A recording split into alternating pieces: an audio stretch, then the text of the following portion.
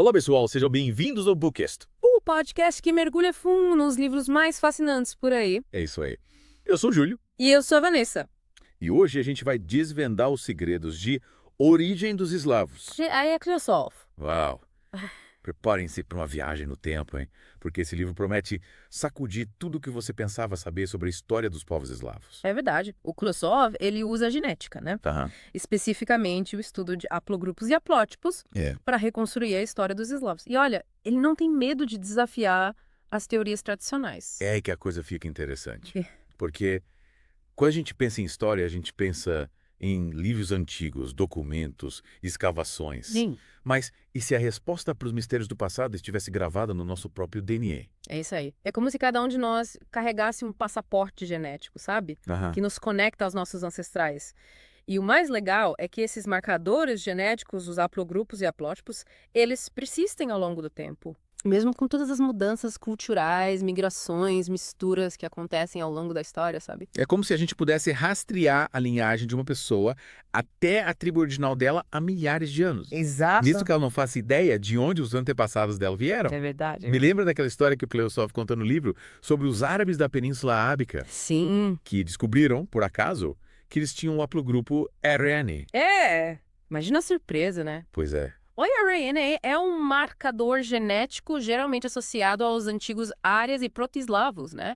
Povos que viveram há milhares de anos em regiões distantes da Península Arábica. Então, essa descoberta mostra como a genética pode nos conectar a um passado distante e muitas vezes inesperado. Como se você, de repente, descobrisse que tem um ancestral viking, ou samurai, né?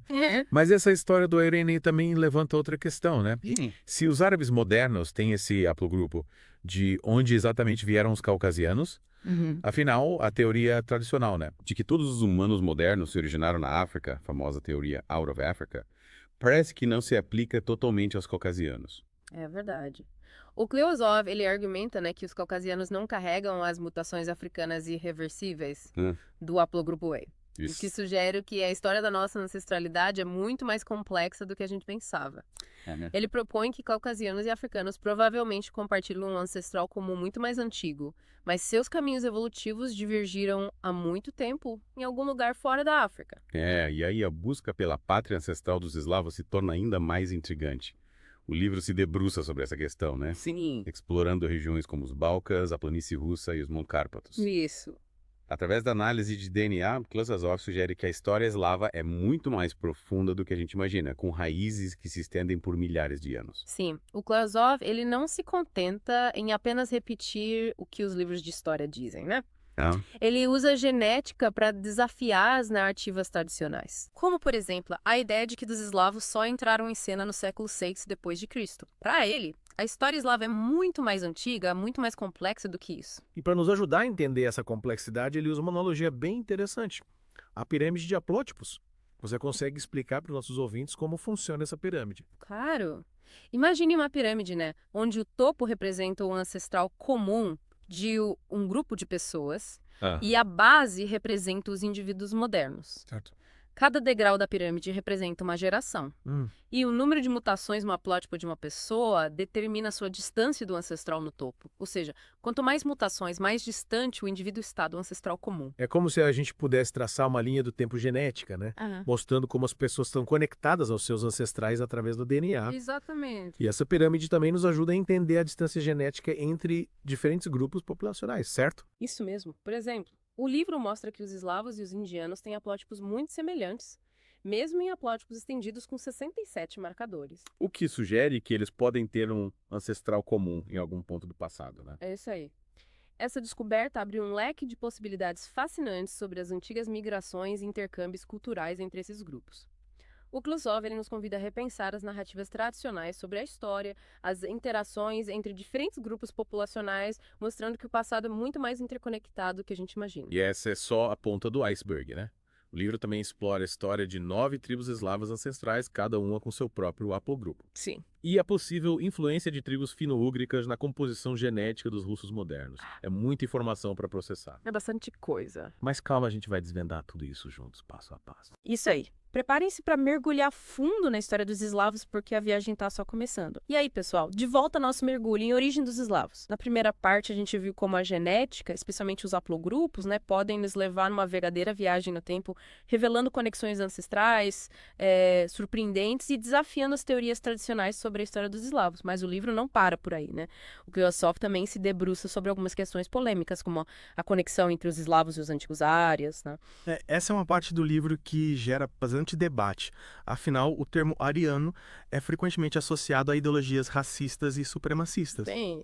Mas é importante a gente lembrar que o Kleosov aborda essa questão puramente do ponto de vista genético, sem entrar em discussões ideológicas. Exatamente. O foco dele é na análise do haplogrupo R-Elans, que é compartilhado tanto por antigos árias quanto por uma parcela significativa dos eslavos orientais modernos, né? E o que ele descobre é que a presença desse haplogrupo em diferentes partes do mundo pode indicar antigas migrações e interações entre povos que viveram há milhares de anos. E aí a gente começa a entender a complexidade da história humana, né? Porque a genética nos mostra que os povos, eles não se desenvolveram isoladamente, mas através de constantes migrações, misturas, intercâmbios culturais. E essa história de migrações é ainda mais evidente quando a gente olha para a expansão dos antigos áreas pela estepe euroasiática, né? Com certeza. O Kleosov conecta a expansão do haplogrupo Reacina com a difusão da cultura Babin, uma cultura arqueológica associada a carruagens leves puxadas por cavalos, que floresceu há cerca de 4.000 anos.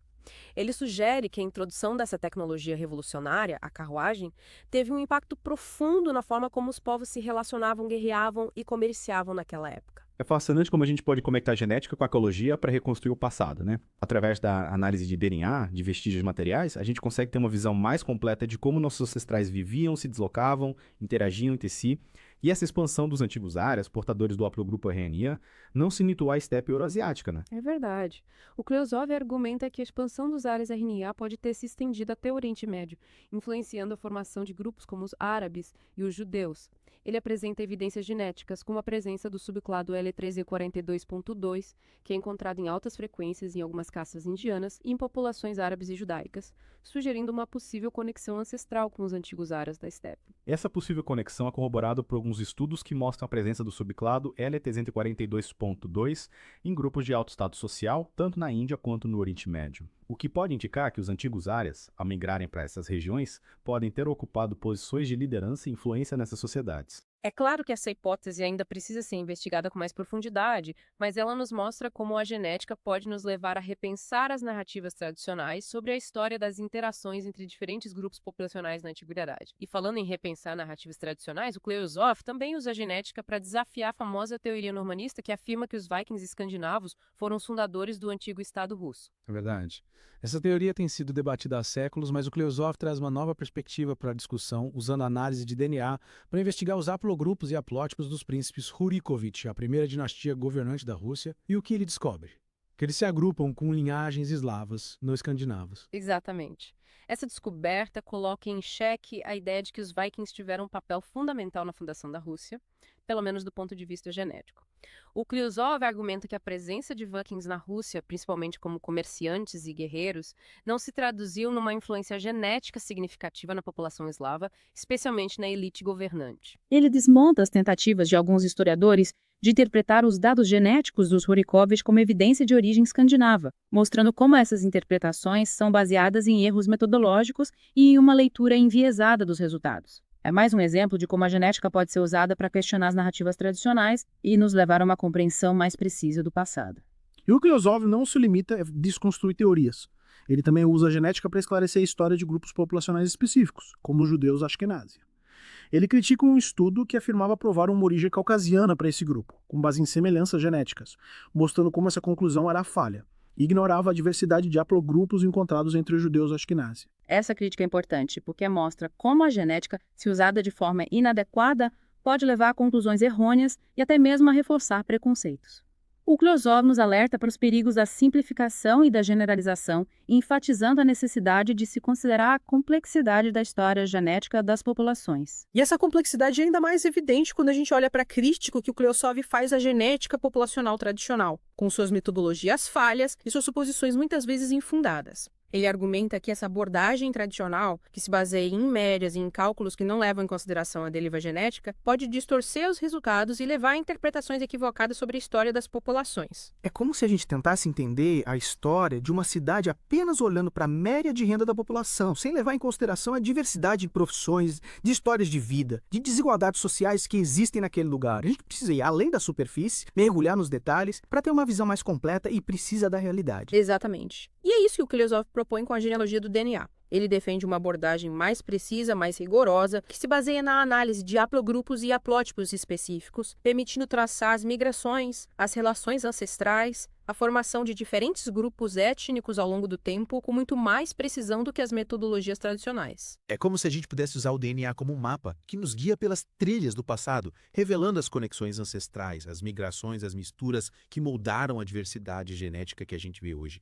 E essa jornada de descobertas, guiada pela genética, está só começando. Com certeza. A cada novo estudo, a cada nova descoberta, a gente se aproxima um pouco mais da compreensão da nossa história, da nossa ancestralidade, da nossa identidade como espécie. E o mais legal é que essa história é contada por cada um de nós através do nosso DNA. E aí, quem sabe, a gente possa finalmente responder aquela pergunta que nos intrigou lá no início. De onde viemos?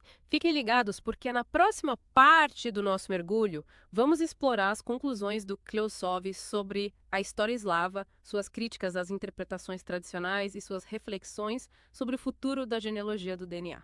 Até lá. E aí, pessoal? De volta para a última parte do nosso mergulho em origem dos eslavos. A gente já viu como o Cleosof usa a genética, os haplogrupos, haplótipos, para desvendar a história dos eslavos, né? Questionando teorias tradicionais, revelando conexões ancestrais surpreendentes, mas agora, na reta final, a pergunta que fica é: o que ele conclui sobre a história eslava em si? Bem, uma das conclusões mais instigantes, eu diria, é que a história eslava é muito mais antiga do que a gente costuma pensar, sabe? Ele contesta aquela ideia, né, de que os eslavos surgiram como um grupo distinto só lá pelo século VI depois de Cristo. Para ele, com base na análise de haplogrupos e haplótipos, as raízes dos eslavos, elas remontam a milênios atrás. A gente tá falando de uma história que se perde no tempo, né? Ele usa a genealogia do DNA para traçar essa história, né? Mostrando como os antigos ares portadores do haplogrupo Irrana se expandiram a partir da região da planície russa, espalhando seus genes e, quem sabe, sua cultura por vastas áreas da Eurásia. Exatamente. E essa expansão, como a gente viu nas partes anteriores, pode ter chegado até a Índia, até o Oriente Médio, o que nos leva a repensar, né, as interações entre os povos na antiguidade. Mas o Cleosof vai além da genética. Ele também nos convida a ter um olhar crítico sobre as fontes históricas tradicionais, sabe? Porque, afinal, a história é contada por quem a escreve, né? Sim. E muitas vezes as versões que chegam até nós refletem viés das agendas políticas, né? O Cleosof nos incentiva a questionar as narrativas estabelecidas e buscar novas perspectivas, usando a genética como uma ferramenta para reexaminar a história e, quem sabe, reescrevê-la. É esse aí. E quando a gente olha para a história eslava com essa lente crítica, a gente percebe que ela é muito mais complexa, muito mais rica do que a gente costuma imaginar. O Cleosof argumenta que os eslavos, com suas raízes ancestrais nos antigos áreas, tiveram um papel fundamental na formação da cultura e da identidade europeias. Porque essa contribuição muitas vezes é minimizada, né? A gente tende a ver os eslavos como um grupo marginalizado, atrasado. O Cleosof desafia essa visão, né? Mostrando que eles foram protagonistas de importantes inovações, tecnologias e ideias que moldaram o continente. Com certeza. E essa é uma das grandes contribuições do livro, né? Trazer à luz a importância dos eslavos na história da Europa, mostrando que a história deles é tão rica, tão complexa quanto a de qualquer outro povo. E para encerrar, o Cleosof nos deixa com uma mensagem de otimismo em relação ao futuro da genealogia do DNA. Legal. Ele acredita que essa ciência tem um potencial enorme, né, de revolucionar a nossa compreensão da história humana. À medida que mais dados genéticos se tornam disponíveis, as metodologias de análise se aprimoram, a gente vai conseguir reconstruir a história das populações com uma precisão cada vez maior. E desvendar migrações, conexões ancestrais, eventos históricos que moldaram a diversidade genética que a gente vê hoje, né? É como montar um quebra-cabeça gigante usando o DNA como peças. E o mais legal é que cada um de nós carrega uma parte desse quebra-cabeça dentro de si. Verdade. O Cleosof nos convida, então, a participar dessa jornada de descobertas, né? A explorar o passado com mentes abertas, a celebrar a riqueza da nossa herança genética. E a gente do Bookcast espera que vocês tenham curtido essa viagem no tempo com a gente. É isso aí, pessoal. Até a próxima.